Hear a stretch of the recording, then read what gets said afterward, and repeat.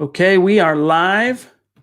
We're going to let this stream breathe just for a second. You guys know the drill. Make sure it's nice and stable, nice and smooth for your listening and viewing pleasure. Welcome in, everybody, to the Huddle Up podcast, presented, as always, by Mile High Huddle, powered by Overtime Media. I'm your host, Chad Jensen. With me, as always, my partner in crime. You know him, you love him. He is Zack Kelberman. Zack, we're going to bring in our friend Brandon Perna here in just 1 second. In fact, maybe we should just bring him in now and go around the table on this whole Demaryius Thomas thing that broke this afternoon. We'll see what's going on the supers, what's on the listener's mind, the whole 9 yards. But how you hanging in there, bro?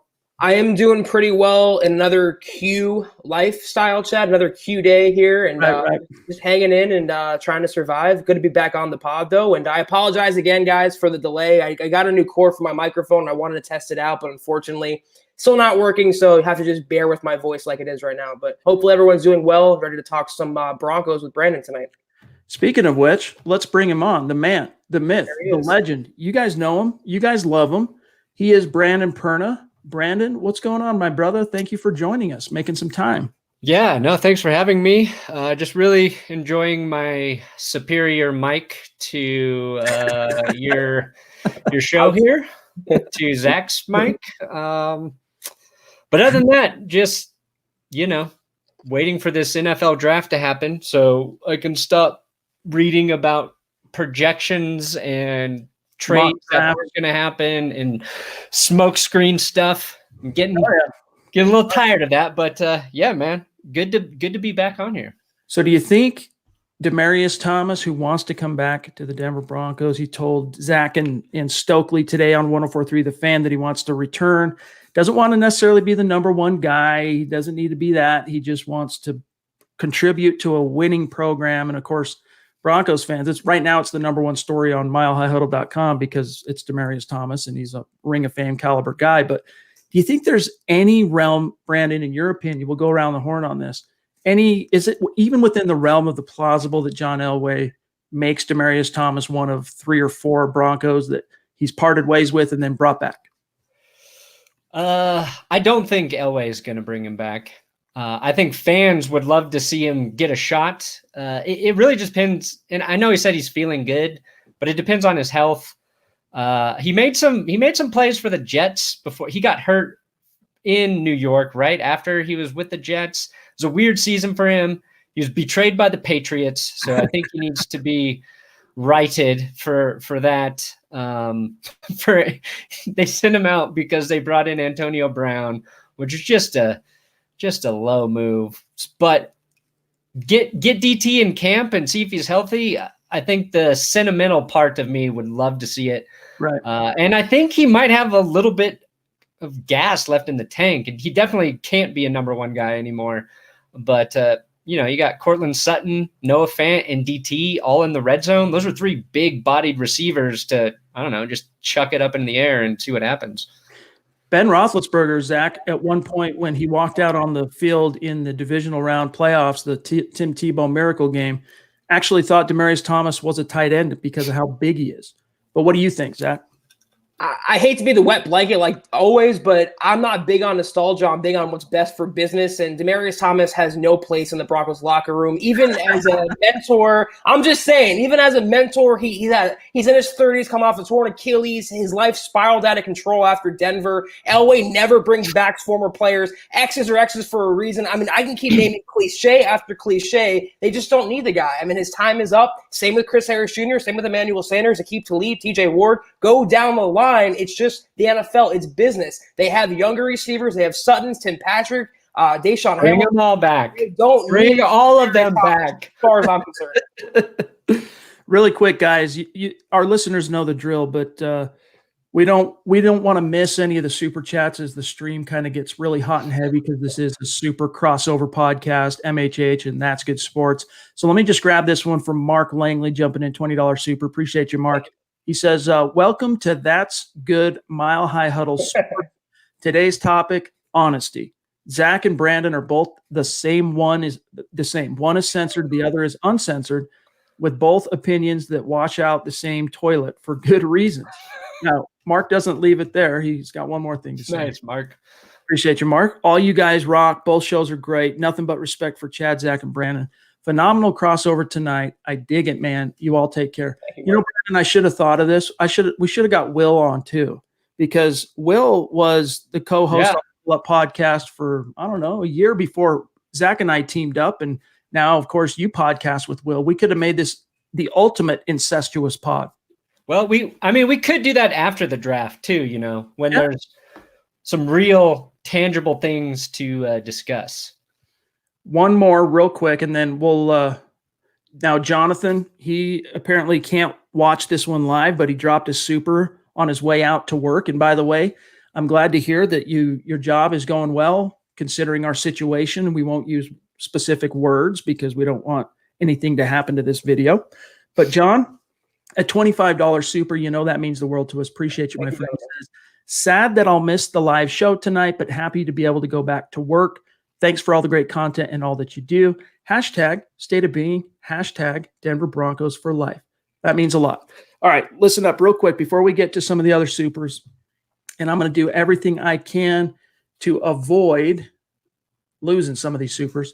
I want to get Brandon's thoughts on a couple of, well, there's three rumors really that have popped up that I think are worthy of our time to kind of analyze. And the first one, as you can see here, is this possibility that Mike Kliss kind of floated in an article. Brandon, I don't know if you caught this. It was last week, middle of the week. Basically, the idea that Elway kind of does something similar as last year in the second round, where, you know, currently the Broncos are sitting at pick 15 and then pick 46, and then they got 3 third rounders. Kliss kind of spitballed and put forth the idea that maybe the Broncos use some of that third round capital to move up and make an additional selection between 15 and 46, whether that shakes out to be in the end of the first round or, you know, the beginning of the second, making 3 picks in the first 2 rounds.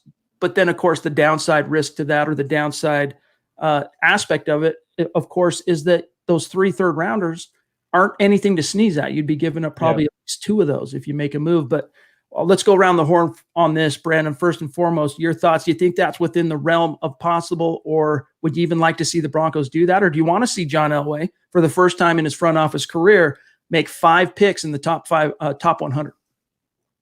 All of it sounds good. I think the thing with Elway that we've kind of gotten used to is expect him to do whatever he wants during the draft, which is exciting as a fan.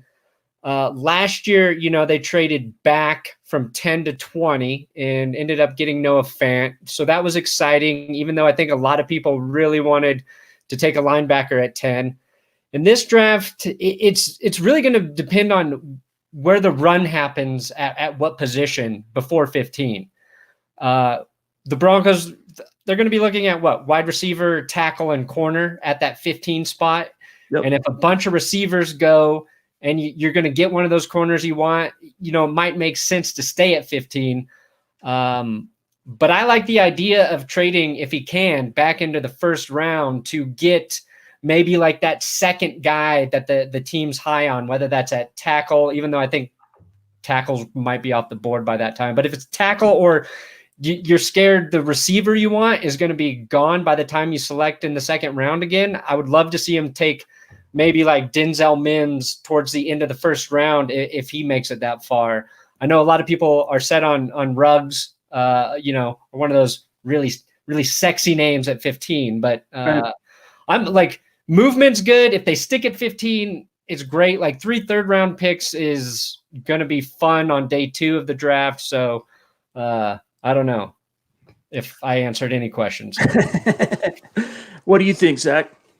I tend to agree with Brandon. I mean, this is the time, this is the year they have the capital. I don't think they're going to make all 10 picks. I don't think they make all third round draft picks that they have, 3 of them. I would prefer the Broncos, depending on what they do at 15. If they take a tackle, like Brandon said, move up in the first and get Mims, move up and get Reagor. If they take a receiver at 15, move up in the first round and get Cushenberry or Ruiz. They have to come out of the first 2 rounds, the first couple picks they make, solidifying the offense. If they like a guy, they love a guy, go up and get him. Go make winning moves for your team. You have the young franchise quarterback. Now do what it takes to supplement him with talent around him. I don't think it's an option or a possibility. I think it's a probability that Elway moves up and gets his guy. He's not going to make all 10 draft picks. And like I said, this is the year. I think you have to do it.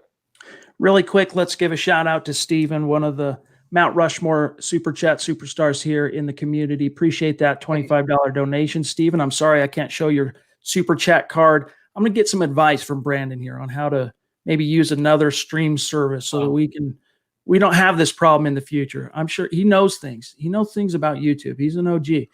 Live streaming, I'm just as green as you, Chad.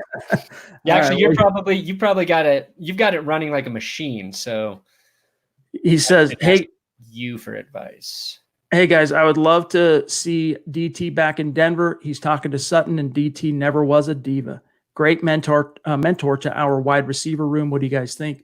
Yeah, we touched on that, as you know, Steve, and I think the storyline would be cool for all of us, but from a realism perspective, I don't really see that happening. And real quick, Ben Roth says, jumps in $2 super. I'm still pumped. The Patriots are over.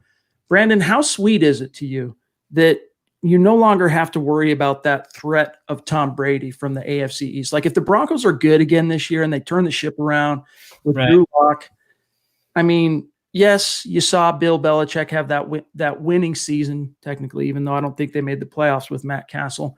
Without Tom Brady, this is, he's leaving the reservation, as it were. He's going to be into uncharted waters without Tom Brady, and we'll see if Tom can duplicate what Peyton did in a new NFL city.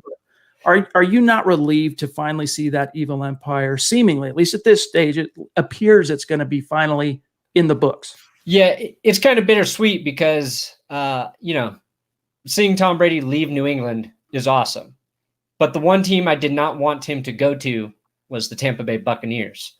I just think there's a lot of firepower on that offense. I feel like, I don't think Brady's really declining that much.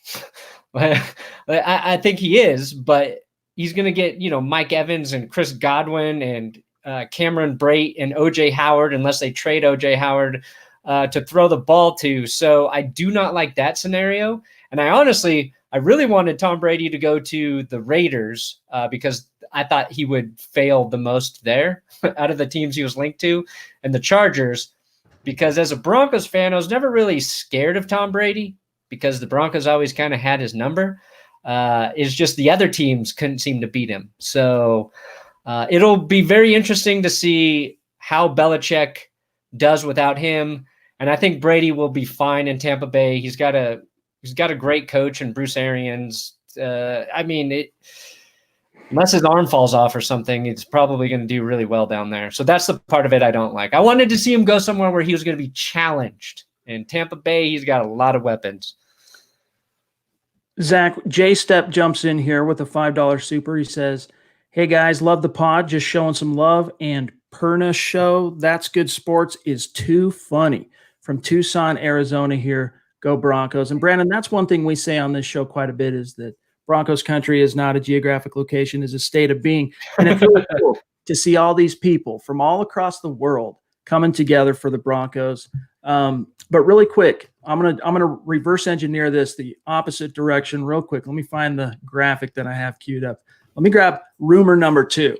And that is that the Broncos, I think it was Albert Breer. Yeah, it was, from Sports Illustrated. He reported on Monday that the Denver Broncos are one of 3-4 teams maybe looking to trade up, trying to target one of the top, top 4 tackles in this class, including Tristan Wirfs, Mekhi Becton, Jedrick Wills, and Andrew Thomas. First and foremost, Zach, we've touched on this a little bit in previous pods, but your thoughts on the Broncos, pulling off something like this, and if you think it's even realistic, and if you'd want to see it happen.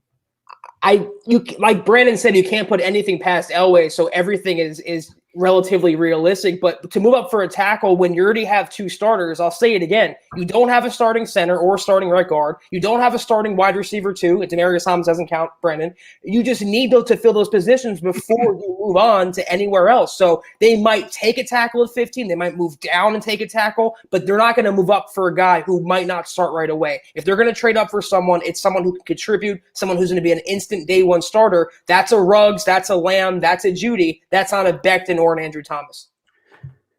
Brandon, maybe this comes down to how badly you want to see Garrett Bowles replaced at left tackle? Right. Well, I think like it depends on where you hear information from this, because I've heard that the Broncos are set on their tackles and their line, Right. and I've heard they're looking to upgrade it. So I think like if you're taking a tackle early, it's because you're planning for after Garrett Bowles, and it's not necessarily a bad thing to have more tackles than you need with a young quarterback. But I thought Garrett Bowles at least showed improvement, last season in the second half of the year. Because when he's not tackling guys and when he's not holding, he's usually doing a pretty decent job of being a left tackle, at least average, which was an upgrade from, kind of where the Broncos have struggled at those two positions before. But I won't be angry if they do move up to take a tackle that they're high on. Who's out of those guys, like who's like the fourth rated dude there? I think for the most part, it's probably Andrew Thomas, although there's some people that might flip him with Becton. Okay. I think like if Becton falls, I want that guy because he is just so massive. Mm-hmm. Give me the guy that weighs 364 pounds and put him on the line. That's just an insane weight to me, to be like an athletic guy moving like 364 pounds. That's more than two of me. Yeah. It's insane. Yep. The amount of food that dude could eat would blow people's mind. The amount of calories those guys have to eat in the first place just to maintain their body weight is insane. And by the way, Stu jumping in with a massive super. Appreciate you, Stu. Speaking of Mount Rushmore members of this community, we really appreciate you, my brother. He says, "What's up, guys?" Let me grab one or two more here because the supers are stacking up, and you know how we feel about neglecting any of our super chat superstars. Anthony jumping in, $10 super. He said, Peter Schraeg has Simmons falling to 10, Isaiah Simmons, to the Browns. How likely do you see this happening? And if he falls to 10, do you see Denver going up to get him? Hashtag state of being, hashtag Denver Broncos for life.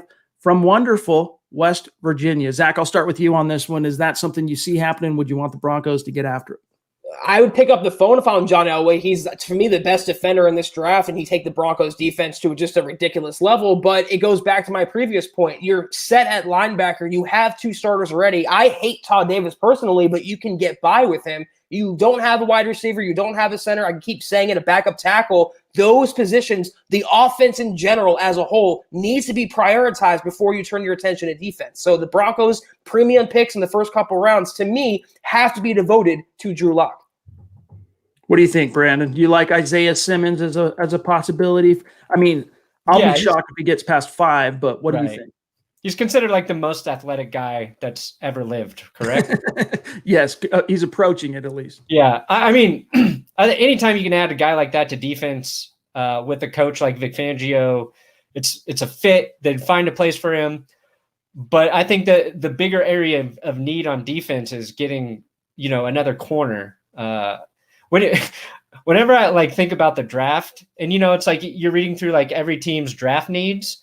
If I were putting together those articles, I would just put corner at every single team. Like you can never have enough really good corners. So, and the Broncos, they've made some movements there. We don't know the health of, how Bryce Callahan's foot's going to hold up, even though it should now that they fixed the screw that was incorrectly screwed into his bones.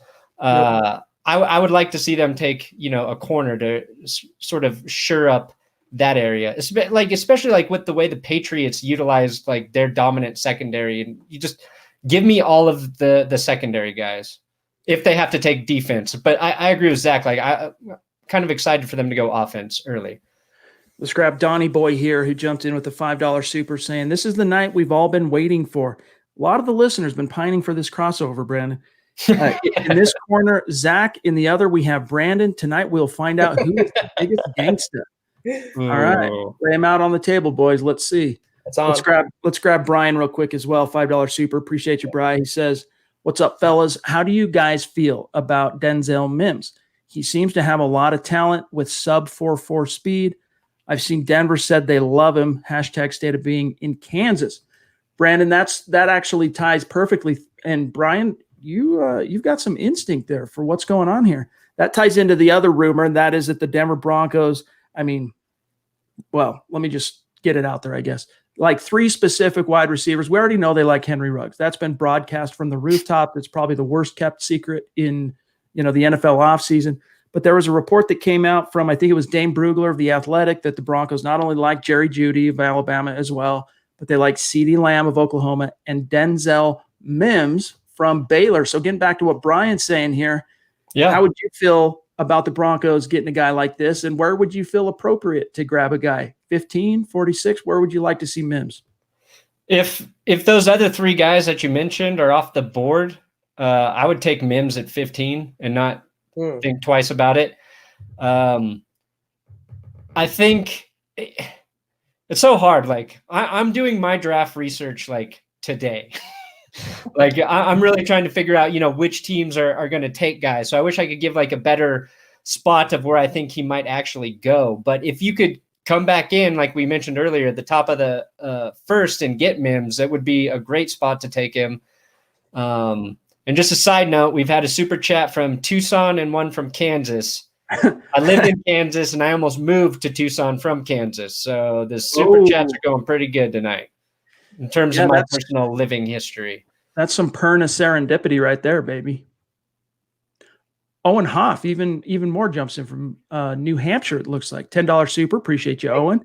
He says, my 2 favorite YouTube shows in one. Dreams do come true. Keep up the great work, fellas.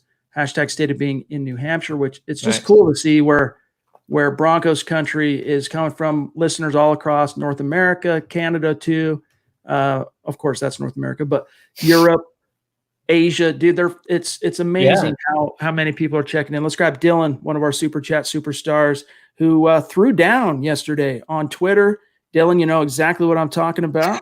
Defending the brand like a boss. Jumping in with a $5 super. He says, watching Perna since 2015 and MHH since 2016. Nice. The collab I needed. Let me see. This will prove how much of an OG you are, Dylan. If you've been watching Perna since 2015 and MHH 2016, does these 3 words, in the huddle, does that mean anything for you? Because that was the first podcast I ever did. I don't know about, I think it was your first too, right? Yeah. And we did that with Jake Marsing, was kind of the brainchild for that little podcast. Brandon and I just kind of showed up, and Jake got the guests and did the whole 9 yards. And I think it used to still, for a long time, I know Jake kept it up, wherever he had it. I can't remember where the server was, but I think, in fact, now that I'm thinking about it, he reached out not too long ago saying, unfortunately, I got tired of paying for something that nobody's listening to anymore. So in the Huddle, those podcast episodes, 16 of them or however many there were, that's in the can. But that was the 2015 season, wasn't it, that we did that? You could say every time we did a podcast together, the Broncos won a Super Bowl. So this is true. This is welcome. true. You're welcome. State of being. We brought it to you. Let's grab Alvin real quick. $20 super. We appreciate you. Perna, take over. Okay. That means you have to give me Mile High Huddle, Chad.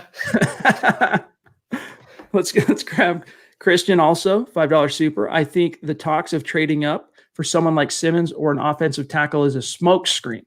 Zach, what do you think? To me, it seems more like a smoke screen than anything. I agree with Christian, but what are your thoughts? I said at the other podcast, I think the offensive tackle rumors are a smokescreen. I think Elway wants the teams in front of him to move up for a tackle to let the receivers fall to 15. The interest in receivers is not a smokescreen, but I think these rumors about trading up for anything other than a receiver in this draft class is. I think that's the way that Elway operates, and he's using mouthpieces like Kliss to disseminate the information further. That's the thing. It's like with so many receivers there, it's everything's going to be predicated on how many teams are going after them early, because you should be able to get a good receiver late in the first or in the second round. And we know like Cortland Sutton was rated as like the second best receiver, and the Broncos took him, way later than anybody expected in that draft. So I don't know. It's like Christmas, because there's so much anticipation for it. We're all guessing, but we're like, And you have to factor in that all of the GMs and coaches are doing this thing in a situation that they've never had to draft from before, where it's like this live stream. Like, yep. I'm hoping for chaos is what I've been saying. Let me grab Chase real quick, jumping in with the $5 super. He says, who is your favorite wide receiver outside of the big three? And what's the highest you would draft him? Also, we all know what it means. Hashtag FYTB. The OGs, the That's Good Sports OGs know exactly what that means. But this is a family-friendly show, so we won't spell out that particular acronym. But I think if you think of Tom Brady as the second half of that acronym and a specific epithet, you can probably put 2 and 2 together. Let's just say it doesn't stand for friend, you're Tom Brady. Yes, indeed. My favorite outside the top 3, if push came to shove, honestly, it would probably be either Denzel Mims. Oh man, Denzel Mims would take the cake for me, but Justin Jefferson would be a close, I guess, close second, but close fifth in reality. Yeah, Jefferson's my wide receiver 4. I think he's just a little speedier, a little more of a game breaker than Denzel Mims. So I would not mind taking him at 15, but I would not take Jefferson over the big 3. Those are my preferences. I'm 100% on board for Antonio Gandy Golden. Simply so I have an excuse to say Gandy Golden once a week for the next 4 years. There you go. Miller 707 jumping in. Appreciate you, my friend. $5 super. And this is another one of our true superstars from Mount Rushmore. MHH, Ed jumping in with the $50 super. You don't have to do that, Ed. We appreciate you, though. I mean, it means the world to us. You know that. He says, keep up the good work, guys. Denver Broncos for life. Hashtag state of being. What's up, Brandon? Love your channel. MHH and That's Good Sports are my favorite channel. So thanks, Edward. Got an admirer. Big donation. And that's it's so cool. Like I don't know. The super chats are crazy, and people coming back to do it. It's like it blows my mind. It's just like shows like how powerful like a community of people with just a shared interest, which is just football, like come together to BS. And I don't know. I'm impressed by it every time. I know we pinch ourselves every single. I mean, seriously, there are times that Zach and I. It's still to this. I mean, this has been a little cultural phenomenon now dating back to about September's when we started doing every podcast as a live stream. And it still is not, I mean, we're not desensitized to it. Like every time, like this one right here from Michelle jumping in with a $10 super. I mean, that means the world to us. And Michelle says, what is that? Mike? Mike. Wait, what is that? It's McKella. See, now this is the type of super chat I like because she ends it with, my name is pronounced McKella, which if maybe it's Mikella. I butcher so many names that having somebody tell you how to pronounce it is a smooth move, McKella. Unless it's Michaela. Oh God, I know. Now we're going around in circles. I love you all. I love all your channels. What you do. Thank you. And it is very helpful, Zach, when these awesome super chat superstars help you with name pronunciation, because I've butchered a few in my time here hosting this podcast. And we need the Latin origin chat for you not to mess it up next time. And by the way, we're 29 minutes into this podcast. We've kind of landed on all the 3 main rumors. Brandon, I don't know how much time you want to hang out with us. If you got to get going, I know you got videos that you're working on tonight, as we talked about before we went live, but you're welcome to hang out with us through the duration. We're going to go through and grab all of these awesome super chats. If you need to go to, you just say the word and it's all good, man. We appreciate you joining us. Yeah, I can do a few more minutes here because I am going to do some work. And this is a great super chat. Looking forward to the TGS mock draft on Patreon. There you go. Is giving you money and he's giving me money and he's basically helping feed both of our families right now. That's right. And he has the question, which running back has the most touchdowns on the Broncos next year? This is a contentious topic on this podcast between, we've kind of we haven't been too stoked about the Melvin Gordon edition only because of the money. As far as, he's a good running back. We would have liked to have seen that money go to Phillip Lindsay, but who do you think has the most TDs? I'll say wide receivers too. I'll say Melvin Gordon. I feel like now, and the crazy thing is Philip Lindsay is actually a good red zone running back. But Melvin Gordon also has been very effective, close to the goal line. So I feel like if they invest in him, they're going to try to get their return, and he might get more favors just based on the fact that he is getting paid more money. So that's why I would lean towards Gordon, but I think it's going to be close. And obviously, if they're both high, that is a good thing. Yeah, especially in Colorado, if they're both high, that could be a really good thing. Yeah, they only have to pass a test once a week now before the season starts. So, what do you think? And by the way, TG Super Chat Superstar, $20 super. Love you, Perna. Thank you. Thank you for telling me you love me while giving Chad $20. Victor jumps in, $2 super. Big fan from Panama. There's your hashtag state of being. And then using one of Brandon's most famous catchphrases from That's Good Broncos. We all the things you can't say on here. There are things, yeah, but this family friendly on this show. That's smart. Let me see. I just watched a documentary about the Panama Canal. So it's, again, we're really firing on all cylinders tonight. Angela as well, up in Canada with the $14 super. Great collaboration. Hashtag state of being. Appreciate you, Angela. Very consistent and outgoing and passionate. We really do appreciate you. Boise, man. This is the podcasting dream team. This needs to happen more. Love both of your shows. That's awesome. We really do appreciate it, my friend. And I know I'm going to grab one here that actually has a question you guys can discuss because there was a few supers that Zach looks like he's getting bored. This freaking stream, dude, just jump by. All right, Zach, you grab this one while I go back into the YouTube and find the other ones. All right, Kevin dropping $5. Appreciate you, Kevin. He says, "Sup, guys? Much as I hate to say it, but how much of the hot seat do you think Fangio will be on if we finish under 500 or just 1 or 2 games above?" I've been on record to say that he's going to get this season regardless. He's going to get 3 years regardless, no matter how he does this year. Obviously, the expectations are raised with Drew Lock, but it would take – I don't even see a scenario if they went 2-14 where Fangio gets fired. He had one pretty decent season in his rookie year. His sophomore year, he'll get with the first year under Drew Lock. Regardless, he's not going to face the hot seat. In 2021, though, they don't make the playoffs. They're still below 500. Then, yeah, he'll be on the chopping block. But regardless, I think he's safe through next season. That sounds good to me. It's so weird, like, to call Fangio a rookie head coach as he's turning, 61 this year? Yeah, 61, 62, something like that. All right, let me grab this one real quick, guys. I got to put it in. You've been generally positive about Fangio? Yeah, I mean, for the most part, there were some growing pains for him last year in terms of, just managing the game from the sidelines, decision points, calling the game from the sideline instead of the booth like he's accustomed to. But I think overall, Zach and I have been pretty optimistic and positive about Fangio's first year. And here's Zebulon Foster, $5 super. That's a really cool name, by the way. Yeah, that's I wish awesome. my parents would have named me Zebulon. How many sacks does Kareem Jackson have this year?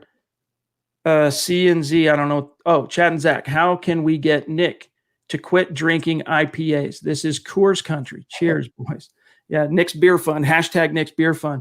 But what do you think? That's a pretty random, arbitrary question for you there, Brandon. But how many sacks does Kareem have next year?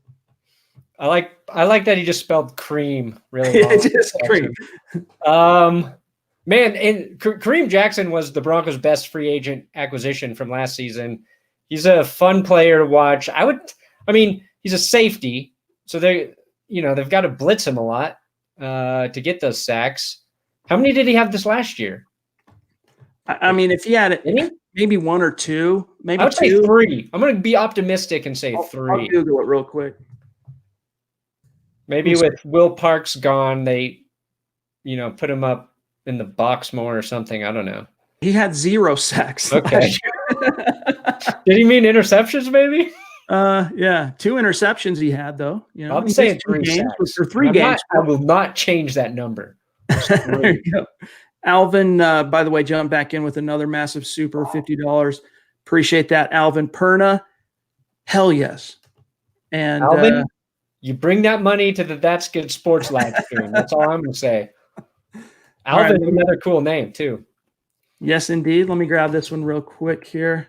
You know, I hate to say this, but unless we end up spending the entire rest of tonight on this podcast, I don't know if we're going to, the outpouring, I should say, of support on Super Chat is just prolific tonight. And what if we away. just stayed on here until we all became millionaires? Yeah. That might Good happen, guys. That'll take some time. My wife can feed me and, just fall asleep in the chair. Miller 707, $5 super. I forgot to write something on my last super. Ha. Chad, Zach, and Perna. Can't get any better than this. Love you guys. # Broncos fam. Appreciate you. Appreciate that, brother. All right, let me Brandon, how much time you good for still? I know it's 3.5 minutes. 3.5. Check. Let's grab Chris up in Canada. Appreciate that $20 super, Chris. Big Canadian supporter, big Canadian D super chat for Perna and my boys, Chad and Zach. Thoughts on DT returning to the Broncos? Just read the article on The Athletic that he wants to come back. Yeah, I mean, it would be cool. I don't think any of us really think it's very realistic, but one day he will, whether John Elway re-signs him or not. One thing that is going to happen is Demaryius Thomas will return to that Mile High Stadium to be enshrined in the Ring of Fame eventually. Once he hangs up his cleats, he's going to have to wait the appointment, however long it is, 5-6 years. And then I don't think Demaryius Thomas is a shoo-in for the Ring of Fame. Don't you think, Zach? A shoo-in, close. I mean, considering how he ended his career, considering how Elway takes a very adversarial approach to former players, nothing's a shoo-in with Elway and the Broncos, but I think he has a really good chance, and definitely more of a chance than someone like Chris Harris Jr. It'd be nice to see him kind of reconnect with the Broncos, but look how long it took for Al Wilson to get back in the Broncos' good graces. It seems like it's a longer process than needed, so we'll see what happens in the years to come. I think the Broncos sign DT and then trade him back to Bill O'Brien again. For first. I would want to talk to DT just to get his thoughts on Bill O'Brien. Dude, that's so funny because we could see that happening because of how inexplicable some of these trades that old Bill O'Brien's been putting out there. Whoa, look at this. Christy jumping in, showing some big-time love. Wow. We appreciate you, Christy. She's one of our, we call them Mount Rushmore Super Chat superstars, members of this community, a pillar, and that means a lot to us. You know that, Christy. She says, this is the collab we need. That's right. That is, she's right. We all needed this. This is, and like I said, we needed it more than they do. They don't even know that. This is true. And next time, like I said, we'll maybe after the draft, we'll circle a date that works for everybody. And we can't also get Will on here because Will is an OG too. And people don't realize this. Brandon Perna is a founding member of Mile High Huddle. When Mile High Huddle started in September 2014, Brandon was there with me making videos, plugging away, doing his thing. And I think we lasted together 2 football seasons before, we made a lot of content together. Tons. And so, and to be fair, you orchestrated it. I just said, yeah, I'll make videos for you. Right. Yeah. Somebody wants my videos? Yeah. Sign me up, Chad. That was when you were still in California initially. Yeah, we started talking when I was in LA. Yeah. That's right. This is a superstar discount audio and Wills. We'll do this one more, Brandon, and then I know you got to get going. Jumps in, $5 super. He says, you guys have to do this more often. Brandon Perna, hell yeah. Go Broncos. Get lock offensive line help. A lot of wide receiver talent. And remember, Sutton was a second rounder. And that's something I think, people are so hell-bent on a wideout at pick 15. You forget that there are a lot of examples, especially in recent history in the draft. There's more examples of teams hitting on wideouts in the second round than the first round, with the exception of that 2014 draft class in which the Broncos busted big time on Cody Latimer. Basically, the Broncos drafted the only wideout in that class that wasn't good. Yeah, well, I think right now, I don't know if every team is looking for this, but every fan base is hoping their team finds the next Tyreek Hill, right? And it's just So like the speedy guys are everybody's favorite again, and the Raiders kind of made a living off of drafting the fastest guy in the draft every year, and it failed. And I think teams kind of got away from it. But not every receiver that's fast is Tyreek Hill. And I think we all know the best way to find a guy like Tyreek Hill is to look through police records first. So. Yeah, it takes a little elbow grease and time. Boom. And research, but you can Suck find it, Chiefs country, nation, Kingdom. JK. They've been pretty nice to me. All right, one more, Brandon. One more. Right, Ariel Herrera jumping in. $5 super. Appreciate you, Ariel. Maybe it's just my dream scenario, but I think Elway should do everything he can to grab Isaiah Simmons and move up to get Mims. Hashtag state of being. Hey, Perna, FYTB. We all know what it means. We all know what it means. Thank you, Ariel. But hey, Brandon's done 41 minutes with us. He's got a life to live. He's got things he's got to take care of. He's working on a very special and unique video that's going to be for this Jay Glazer bombshell to drop so I can finish my video I started. If he does not drop significant news tonight, he's going to be on my S list. See? Just another word for poop. Brandon taking one for the team there, curbing the naughty words. Brandon, thanks for joining us, brother. And we'll get you on again soon. And anything, and like I said, talk to Will and see if maybe we could orchestrate a four-headed, podcast crossover and get crazy. Yeah, we'll do it on my channel so I can make all the money, though.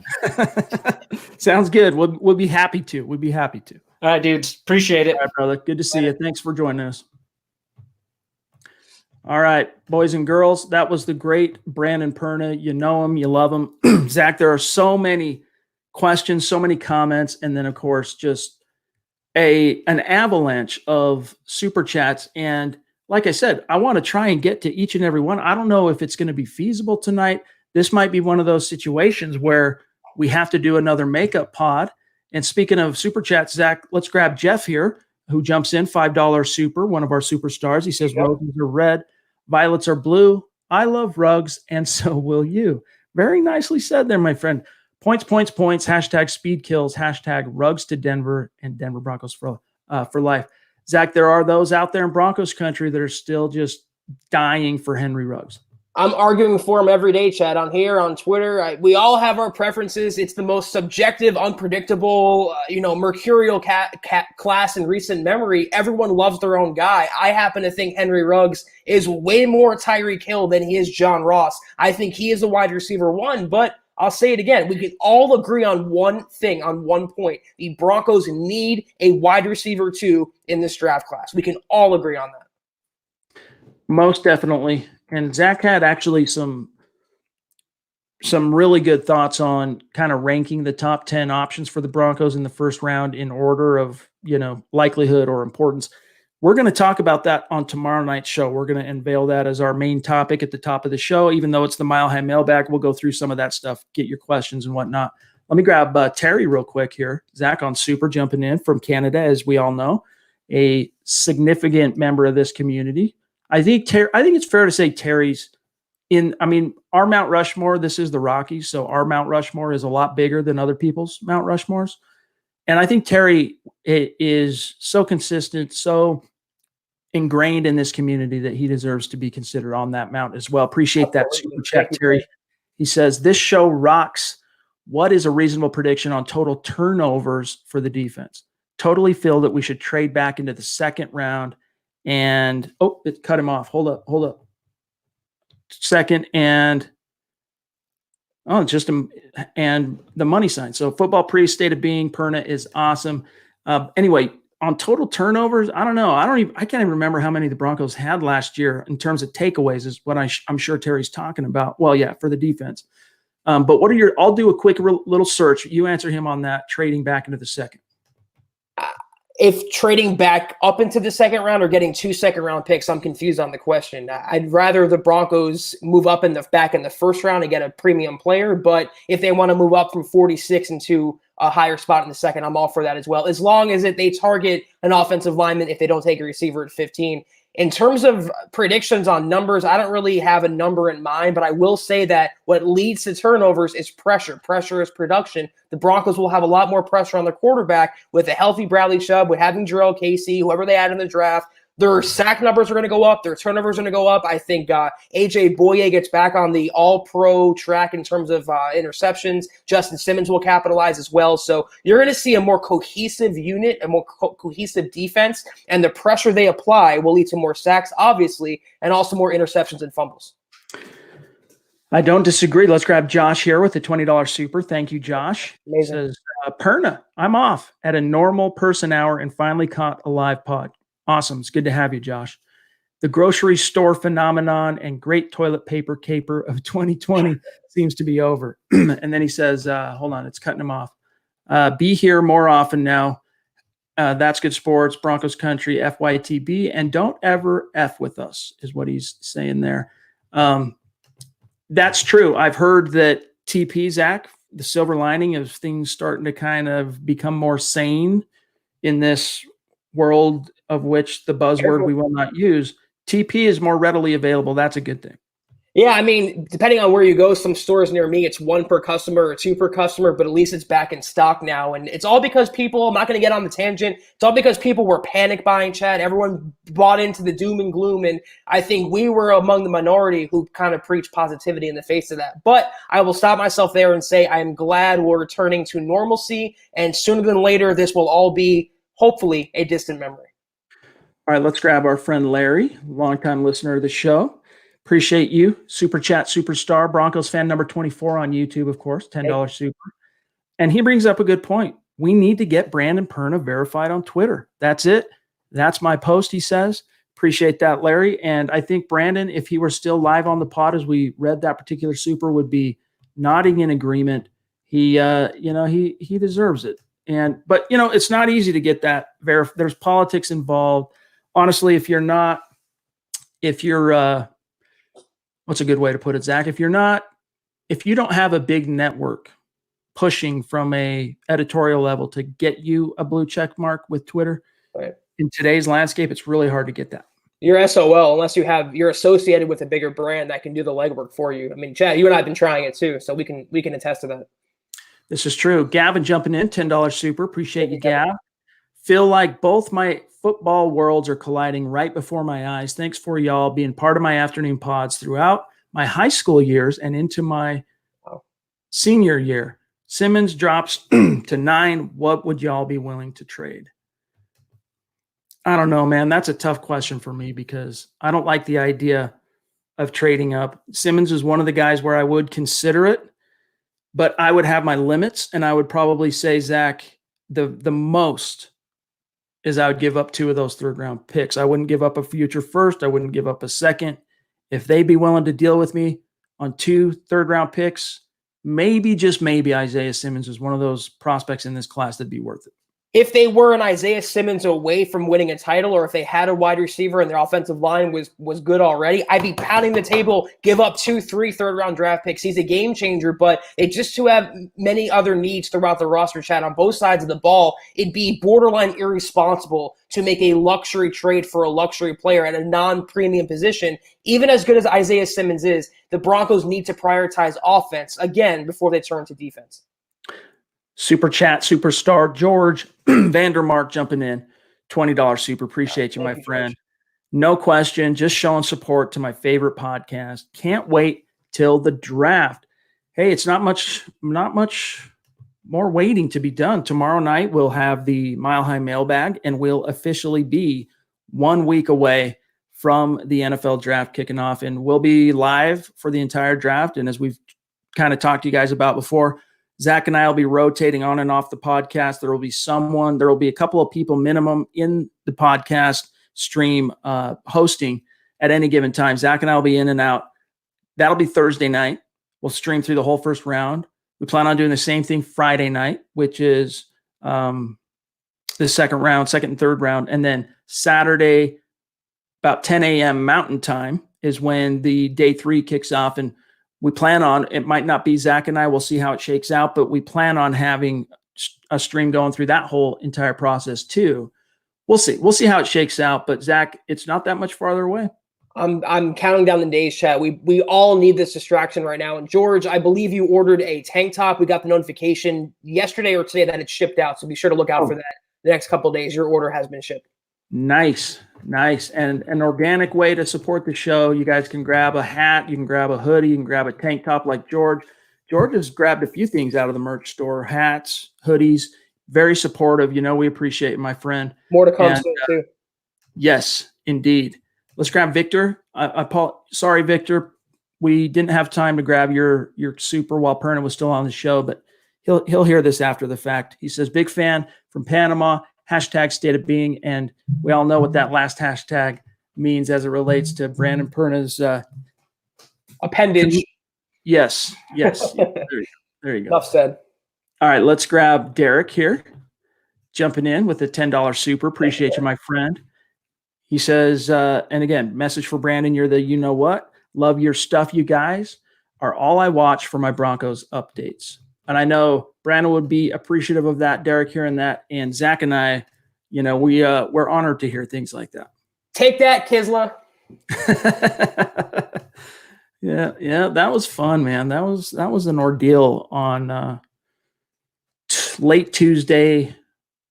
It was Tuesday. Well, it was part of Monday and all of Tuesday, man. That was some drama that I don't necessarily want to dredge up. But Lamont's, by the way, I found out about Mile High Huddle because of Brandon Perna. Yeah, Brandon is an OG, supports the cause, great dude, good friend, and we'll work on getting him back on the show as soon as we can, and we'll get Will Parks, I almost called him.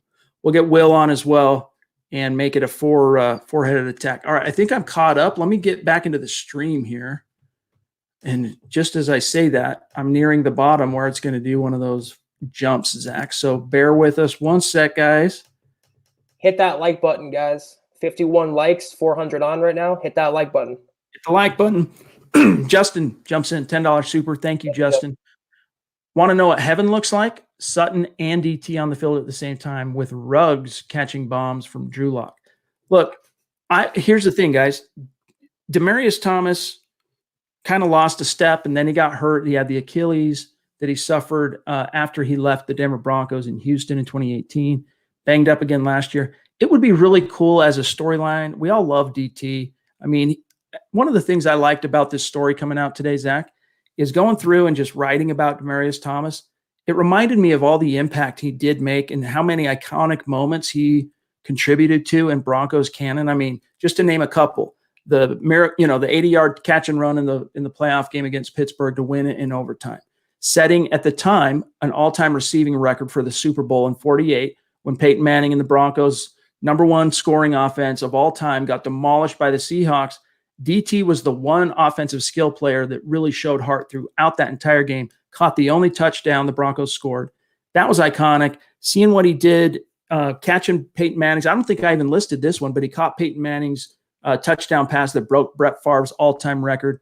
His individual accolades, contributing to Super Bowl 50. He's a big part of this era of Broncos canon, which is why I'm of the opinion that when the time comes, he's a shoo-in for the Ring of Fame. I just don't know that he's, at this stage in his career, Zach, an upgrade over Tim Patrick. Now, maybe it's sixes, maybe they're about on the same level, but DT, it's a great story, but Zach, fans shouldn't get their hopes up on this. I don't understand how this would be heaven. I mean, you guys are forgetting the fact you were pushing Demaryius Thomas out the door. I mean, he left the Broncos for a reason. They got rid of him for a reason. What else is he going to say right now? He's entering the twilight of his career. He's a free agent. He's trying to angle his way back into a paycheck, back into a job. I don't blame him in that regard. But if you bring him aboard, all you're doing is taking away reps from your younger players. I want to give those snaps to Patrick and Deshaun Hamilton. Demaryius Thomas, he had a great run with Denver. He was part of a lot of great moments, Chad, but everyone that you named, when was the most recent one? 3, 4, 5 seasons ago? He hasn't been relevant to me in at least a couple seasons now. You bring him aboard, you're crowding the depth chart. You're going to have Henry Ruggs, Courtland Sutton, Deshaun Hamilton, Tim Patrick. As a Ring of Famer, fine. As an assistant coach or whatever, fine. As a guy to come in and talk to the locker room, fine. But to bring him aboard and give him a contract and put him on the field, that ship has sailed. I agree that it probably has, you guys. So that's what I'm saying is it's fun to kind of keep as a what if and a maybe, but it's very unlikely to happen. TG jumping back in, $50 super. Thank you, TG, my friend. He says, I want to get CeeDee Lamb and then trade back into the first round and grab Kenneth Murray. You know, if you're going to take a wide receiver at 15, TG, you're speaking my language because to me, CeeDee Lamb is the best wide receiver in this class. Kenneth Murray, end of the first round, what are you giving up to grab him? I mean, is he worth giving up one, maybe 2 third-round picks plus the first-round pick to take? I'm not sure on that. Not just, I'm not saying that he's not a good player, but I'd maybe wait and see if I could grab him at 46. And if not, there'll be plenty of other good options on the board at that point. But hey, beauty's in the eye of the beholder. The same holds true to the prospects that we all find ourselves pining for, hoping the Broncos will draft Zach. I like the train of thought because inside linebacker to me is the third biggest priority maybe tied for cornerback after wide receiver and offensive line. But if I'm going to move back up, I'm going to move up for an offensive lineman, either Cesar Ruiz or Lloyd Cushenberry. To me, it's all a matter of opinion. I like Kenneth Murray, but not enough to take him in the first round. I'd rather take ADG in the third. I'd rather look for a cornerback in those rounds. Give me those options. Give me a wide receiver and a center in the first 2 picks before I address defense. Boise Man wants to know when Perna is rolling out his weekly live stream. I just sent him a text asking him that question. So if he gets back to me while we're still going live, I will relay that information to you, Boise Man. Appreciate the super chat. Jay Step jumping in. Look at that hoodie like a boss, dude. We showed a previous super, but it was one that I had to type in, copy paste, I should say. Look at that Mile High Huddle. Loving it, Jay Step. Do you think there is value in Navy's wide receiver quarterback Reynolds? I'll be honest with you, Jay Step. I'm not familiar with him as a prospect. I don't want to steer you wrong. I'm not one of those analysts that's going to talk about someone as if I know anything about him if I don't. I'm going to keep it real and straight up. I'll do some research on it and circle back and let you know on tomorrow's show, though. I can't say I'm his biggest supporter. I will say, though, if he's a receiver, is he going to be better than what you'd get out of Ruggs, Sutton, and the rest? And as a quarterback, is he better than Driscoll or obviously not Drew Lock? So maybe in the later rounds, but not a guy that I'm targeting at all as a preference. David jumping in with a $20 super, one of our superstars. Appreciate you, David. Are we really interested in Jeremy Chin? You guys are awesome. Thank you. # Garden City, Kansas. Awesome, buddy. I think Jeremy Chin is very much a realistic option for the Broncos. And when I say realistic, yes, I think you're getting a big-time recommendation from his uncle Steve, who works for the Broncos, going into the Hall of Fame, Steve Atwater. So I think it's real. It's just a matter of, the value of it. Where are you willing to take Jeremy Chin? I've seen him.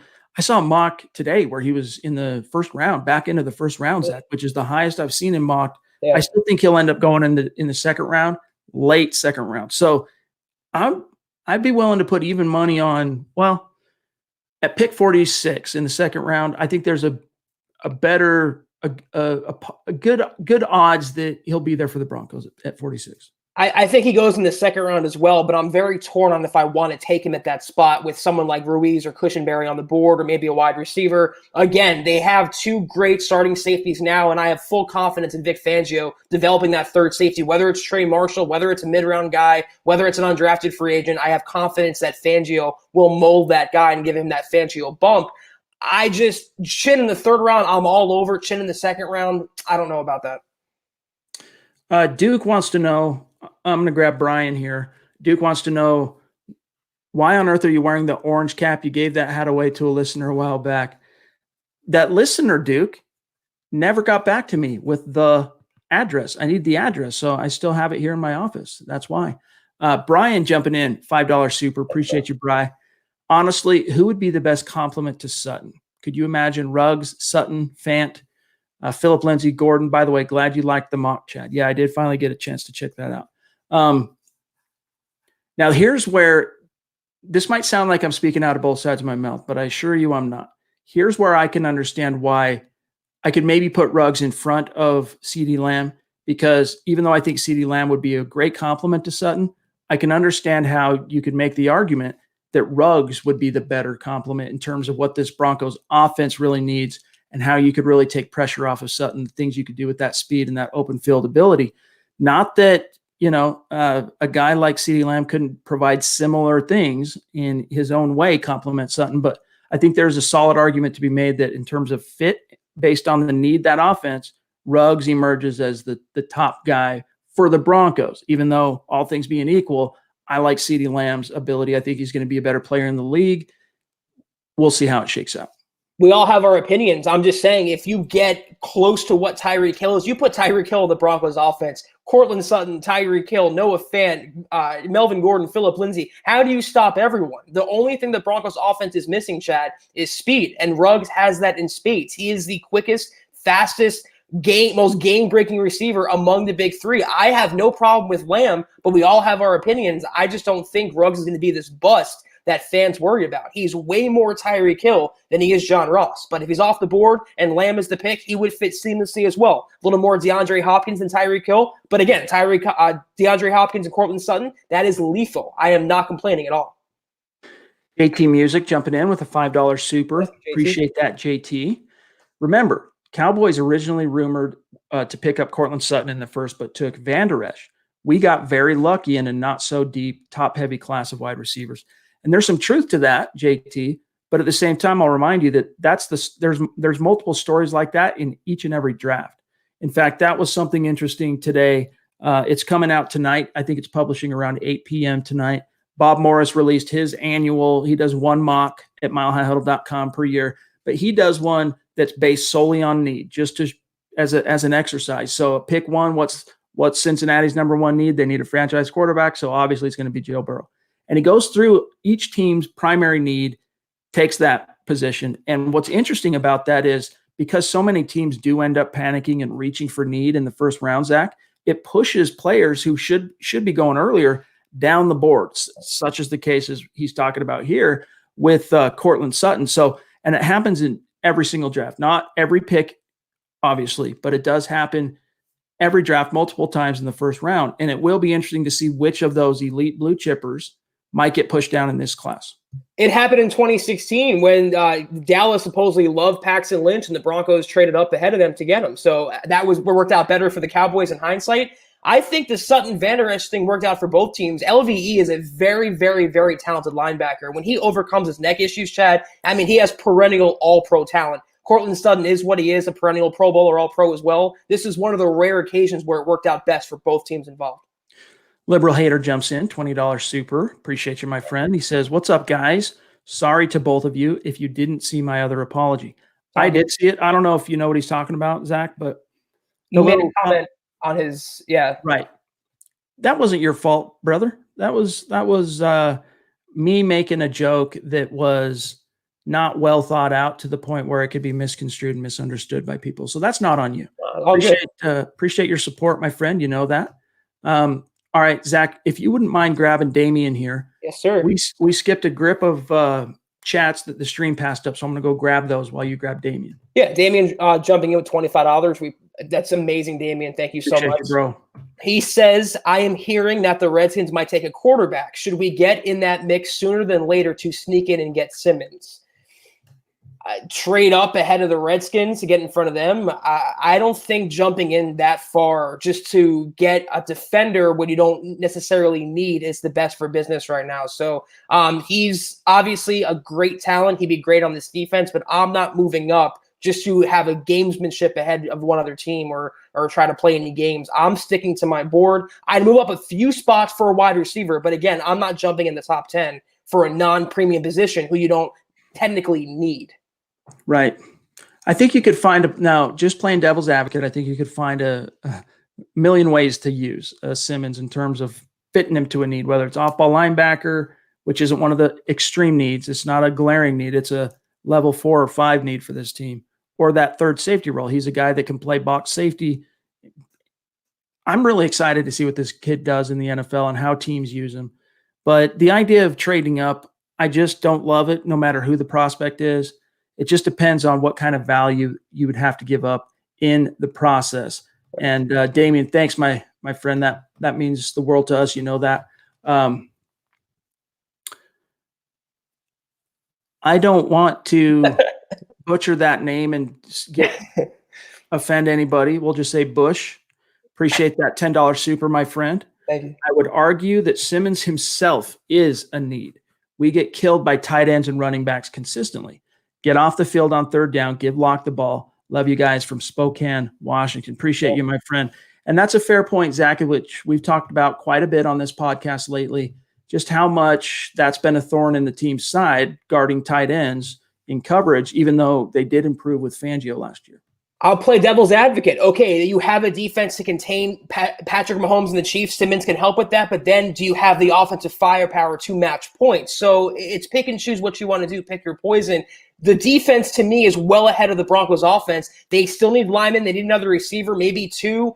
You don't have those needs at inside linebacker. You can get by with Todd Davis. You can scheme around him. You cannot scheme around having Tim Patrick or Deshaun Hamilton as your wide receiver too. It comes down again to opinion and what people want to do with these picks, Chad. But to me, you can't neglect the offense to focus on a luxury, non-premium player like Isaiah Simmons. And by non-premium, he just means position-wise. Position. Right. That's all he means. Nad Ludlow jumping in, $5 super. Love your passion, Zach. # state of being Appreciate Pennsylvania. That's cool, man. By the way, Nad Ludlow, we tag you, we mention you on Twitter after every show. If you're on Twitter, reach out and let me know who you are so that I can start tagging you on Twitter. Let's grab Mr. Castillo jumping in, $10 super. Appreciate you, my friend. He said, I love seeing our boy Brandon in the live stream. And we could see his little emojis there.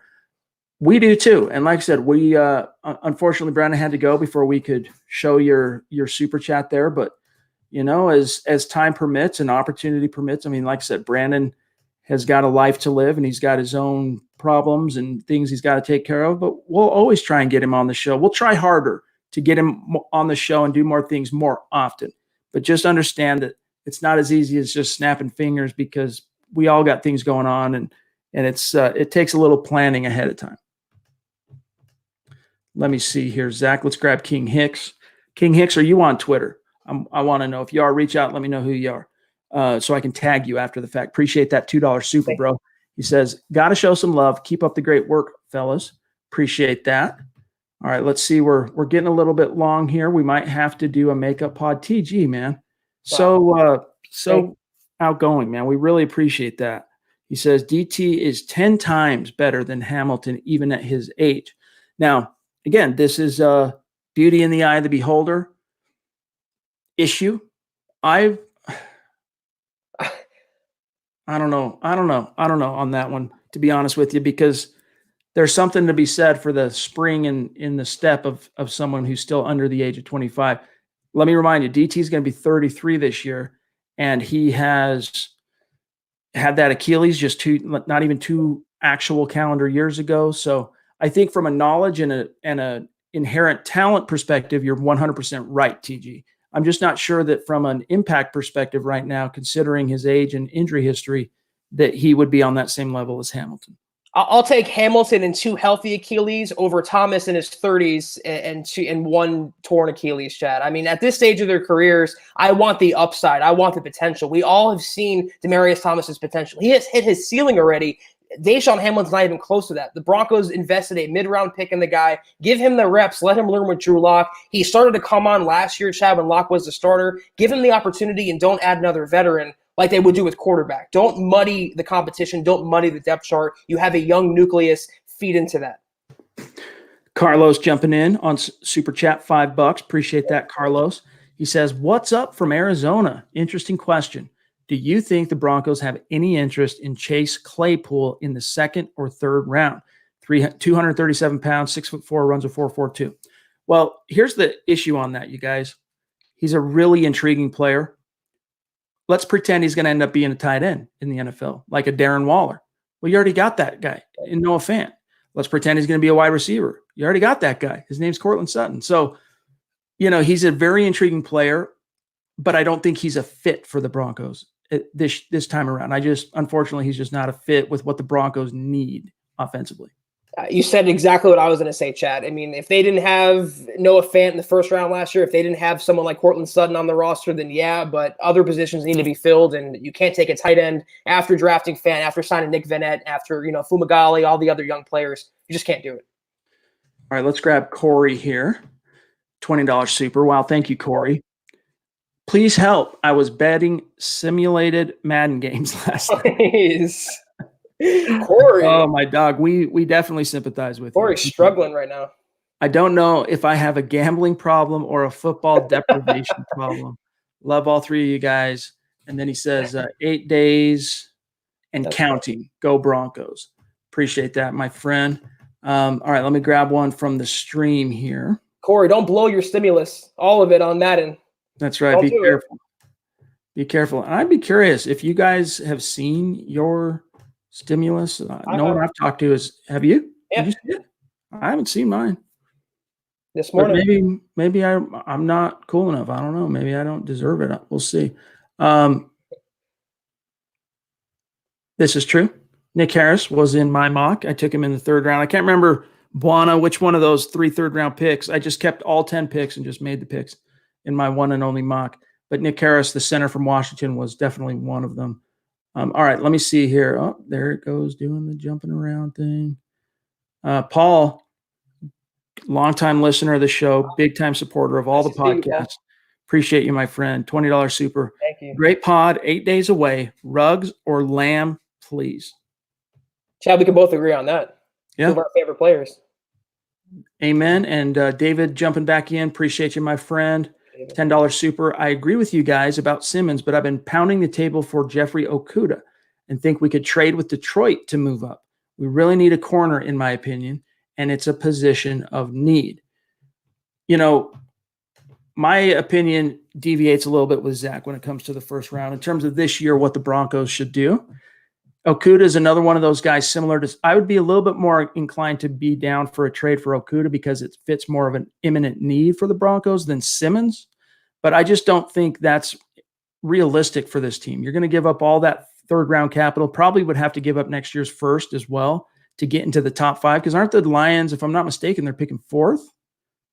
They're in the top 5, whatever it is. They're in the top 5. So that would cost you an arm and a leg, Zach, to grab Okudah when you could grab AJ Terrell. You could grab maybe a CJ Henderson. We'll see where he lands. You could grab a Bryce Hall in the 3rd round, who's an ideal fit for Fangio's scheme, playing off coverage.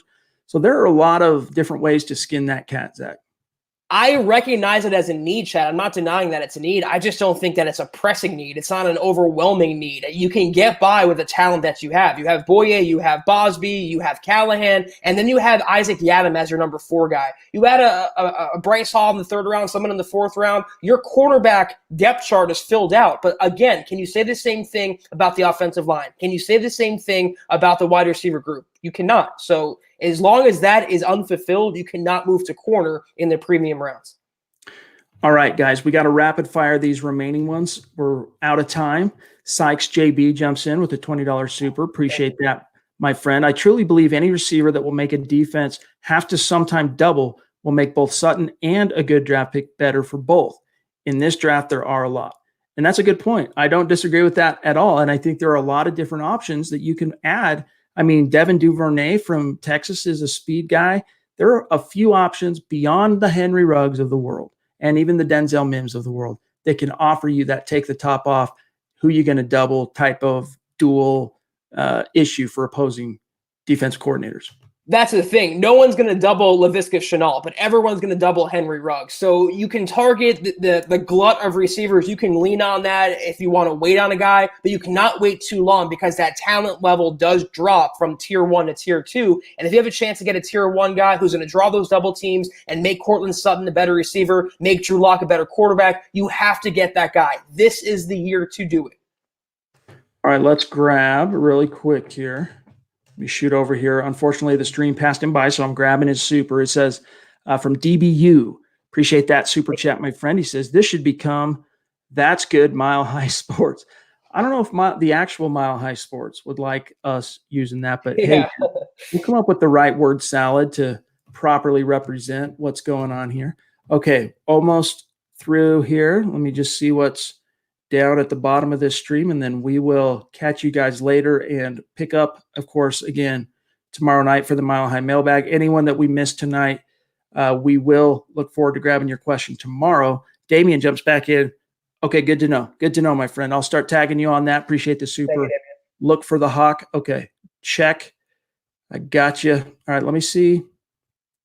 I think we have got everybody. And guys, if we did end up missing you in the hubbub and the, bringing someone on and going through everything, if we missed you, I'll see after this show and make sure we get you at the top of tomorrow night's show in the Mile High Mailbag. But guys, that's got to do it for tonight's episode of the Huddle Up podcast. Thank you so much for joining us, making it a phenomenal conversation. Of course, shout out to Brandon Perna for joining us and contributing, hanging out for, I only asked him to come on for 15 minutes and he hung out for 3/4 of the show. So he's a good dude. I'm sure most of you are already following him on Twitter and you're subscribing on YouTube to That's Good Sports and That's Good Broncos. If you haven't, take care of that business ASAP. And then while you're on Twitter, make sure you're following my partner here, Zack Kelberman, at Kelberman NFL. You can find myself at Chad and Jensen. While you're at it, follow the main account at Mile High Huddle. And then, of course, at Huddle Up Pod.